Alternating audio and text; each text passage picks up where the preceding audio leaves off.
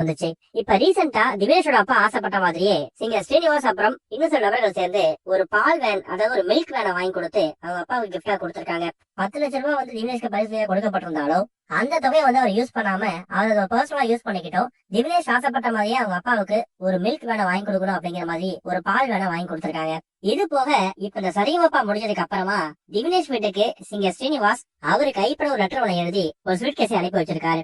அந்த ஸ்வீட் கேஸை ஓபன் பண்ணி பார்த்துட்டு திவினேஷ் ரொம்ப எமோஷனலா ஃபீல் பண்ணிருக்காராம். அந்த ஸ்வீட் கேஸ்ல என்ன இருந்திருக்கு அப்படின்னா, திவினேஷை பொறுத்த வரைக்கும் சரிகமப்பால பல பாடல்கள் பாடியிருக்காரு. அதுல முக்கால்வாசி பாடல்கள் பழைய பாடல்களை சூஸ் பண்ணி பாடுறது அவரோட வழக்கம். அந்த அளவுக்கு பழைய பாடல்கள் மேல இவர் ஒரு ஆர்வம் இருந்திருக்கு. அப்படி பழைய பாடல்களை பாடின பல பாடல்களோட புக்ஸ், அப்புறம் பாட்டு கேசட், இது எல்லாத்தையுமே ஒரு கிஃப்டா பேக் பண்ணி அதை ஒரு சூட் கேஸ்ல போட்டுதான் சிங்கர் ஸ்ரீனிவாஸ் திவினேஷ் வீட்டுக்கு அனுப்பி வச்சிருக்காரு.